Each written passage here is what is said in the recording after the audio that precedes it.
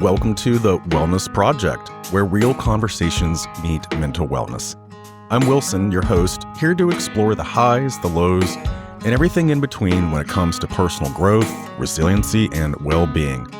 This podcast is all about breaking the stigma, sharing insights, and giving you practical tools to navigate life with more clarity and confidence. No fluff, no cliches, just honest, meaningful discussions that matter. So, wherever you are, take a breath, get comfortable, and let's dive in. Welcome to the Wellness Project. Welcome back to the Wellness Project. I'm Wilson, and I'm inviting you to take a moment just for you. No productivity metrics, no shoulds, just a small pocket of time to settle into what it means to be well on your own terms. Today's topic might press up against something many of us were raised to believe. It's the quiet script that runs underneath our work, our relationships, even our so-called downtime. It's the myth of earned rest. Let's start here. Have you ever said to yourself, I'll rest after this next thing? Or I haven't done enough yet to deserve a break? That feeling that rest is a reward for productivity is a powerful illusion. It's not biology. It's not wisdom. It's conditioning. Here's the truth. Your nervous system doesn't wait for permission to become overwhelmed. Cognitive overload is a physiological reality. It happens when we exceed our brain's capacity to process information, emotions, or stimuli. And it doesn't care how full your to-do list is either. In fact, the brain is wired to seek rhythm, oscillations between effort and recovery, just like your heart beats between contractions and pauses. Your brain, too, requires the inhale and exhale of mental energy. In neuroscience, this is called the ultradian rhythm. Roughly every 90 to 120 minutes, your body sends signals that it needs a reset, a moment to step back. This could be a yawn, a zone out, losing focus, or that urge to scroll endlessly like we all often see others doing. Not us though, right? But what do we usually do with those signals? We override them. We caffeinate. We hustle harder. We push through. Here's a thought. What if those little windows of fatigue aren't weaknesses, but wisdom? You don't have to earn rest. You require it. And it's not just the deep sleep kind. We're talking about emotional rest, mental rest, the kind of rest where your brain is allowed to be unproductive, where nothing is being fixed or forced or filtered. Psychologist Dr. Sandra Dalton Smith outlines 7 types of rest. Yeah, 7. That humans need to be truly restored. And guess what? Only one of them is physical. Let's run through a few. Mental rest. This is the space where overthinking from a constant input comes from. Emotional rest, the kind where you can stop performing. Sensory rest, where you can close your eyes, soften the lights, and unplug from the digital noise. Creative rest, my favorite. It's when you allow yourself just to be inspired without needing to produce something. Which of those are you currently missing? In the world of therapy, we call it reclaiming the pause. You don't have to burn out to deserve it. You don't have to prove your worth through exhaustion. The body keeps the score, as Dr. Bessel van der Kolk reminds us, and that the body is often asking for less doing and more being. So, if you've been waiting for a sign that it's okay to rest, this is it. Not because you finished everything, not because you were efficient, but because you are a human being, not a human machine. Maybe it started as a gold star. Maybe it was the pat on the back after staying late. Maybe it was a comment. You're always the one we can count on. Maybe it was just silent when you finally said no. You see, we live in a culture where being busy is a badge and exhaustion is a quiet kind of trophy. And somewhere along the way, productivity stopped being just what we do and started to feel like who we are. Let's sit with that for a moment. When someone asks, "How are you?" do you ever respond with, "Oh, I've been really busy"? And does part of you feel proud about that? This is the quiet distortion, the belief that being valuable means being useful, that your worth is measured in output, emails sent, meetings attended, things crossed off a list that never actually ends. And when you slow down, that voice creeps in. Am I falling behind? Am I lazy now? Am I enough if I'm not producing? But here's the truth. Identity built only on productivity is a house with no foundation. It's all scaffolding and no center. You are not a to-do list. You are not your inbox. You are not your calendar. You are a living being with needs, with rhythms, with a nervous system that gets overwhelmed, with a heart that sometimes just needs to sit still and be. So let this be a gentle invitation, not to abandon responsibility, but to untangle your identity from output, to explore who you are beneath the doing. Maybe even ask yourself, who am I when I'm not proving anything? Because rest isn't earned, and worth isn't negotiated. It's inherent, even when you're still, even when you're quiet, even when you're simply you. Let's talk about something that doesn't often make it into conversations about mental health. The loneliness of being the one who always has it together, of being the strong one, the reliable one, the high-functioning one.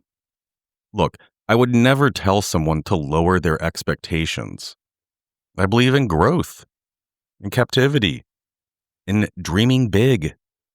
But more often than not, the expectations people are fighting against aren't just high.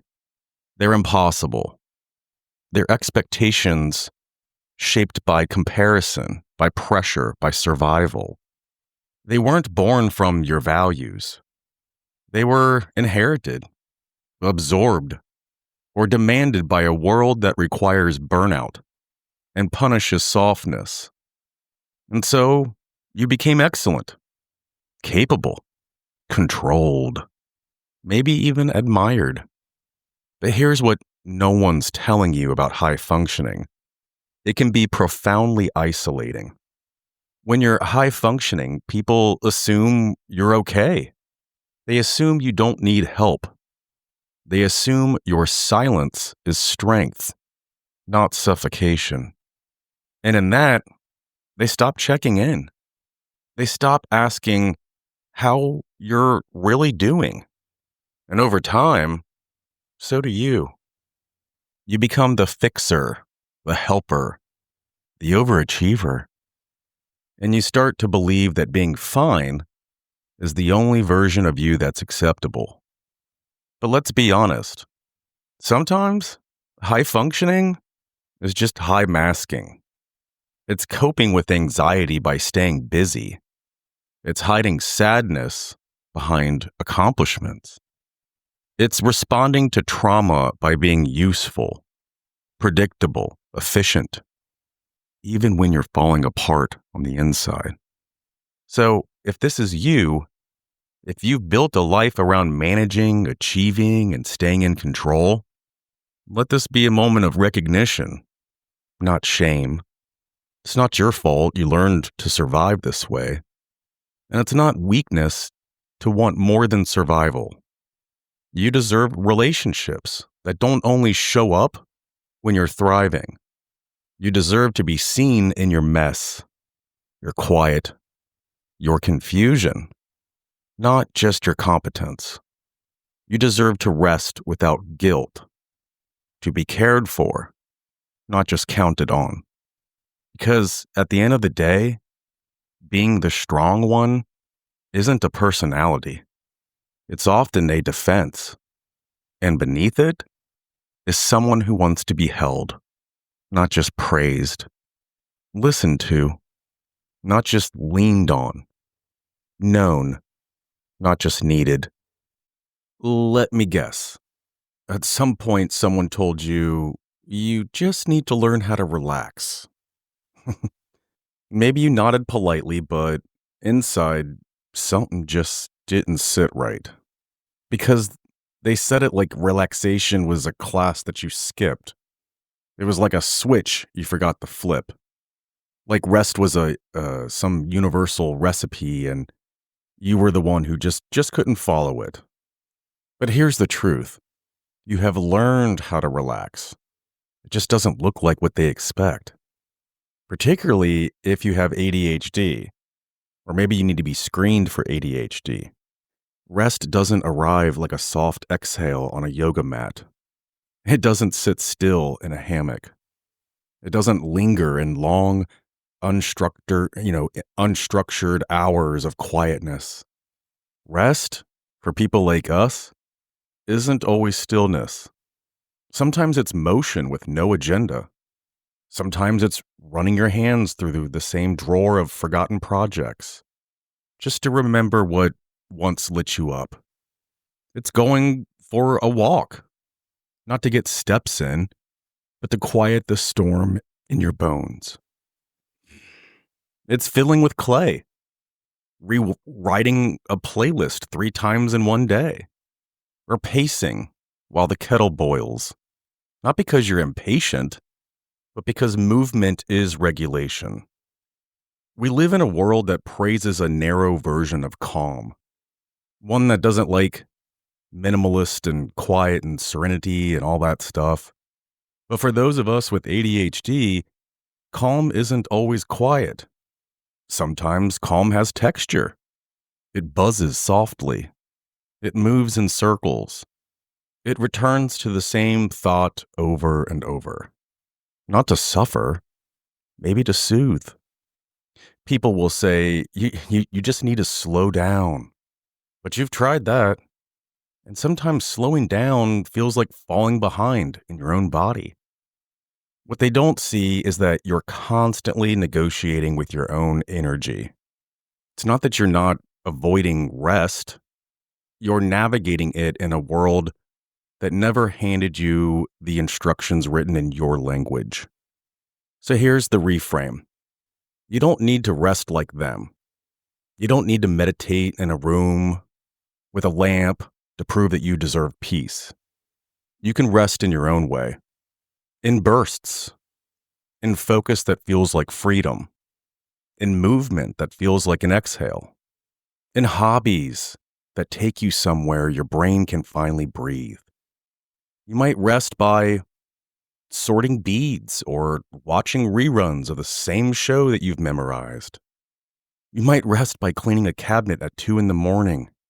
or diving into a podcast on tree frogs. I don't know. I mean, you might rest by doing is what I'm trying to say. And that counts. That matters. You're not broken for needing to rest to have rhythm. You're not lazy for chasing stimulation to feel free. You're not too much. You're just wired differently.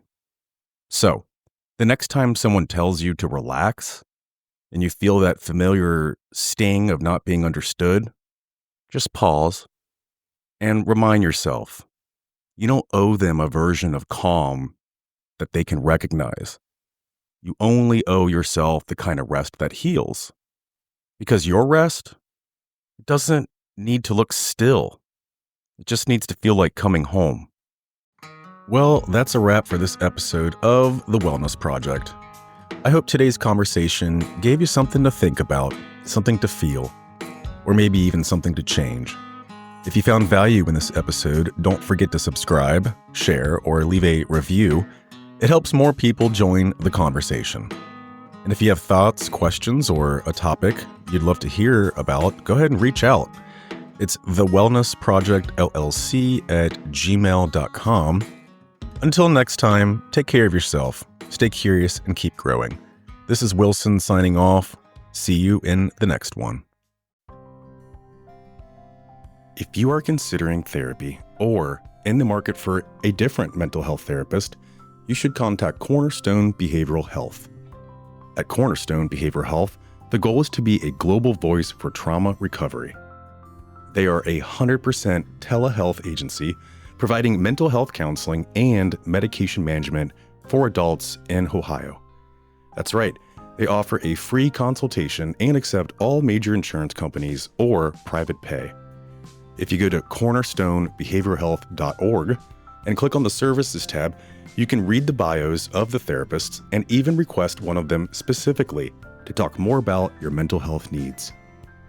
To learn more about Cornerstone Behavioral Health, just visit cornerstonebehavioralhealth.org to register for a free consultation and response within just 48 hours. Hope starts here.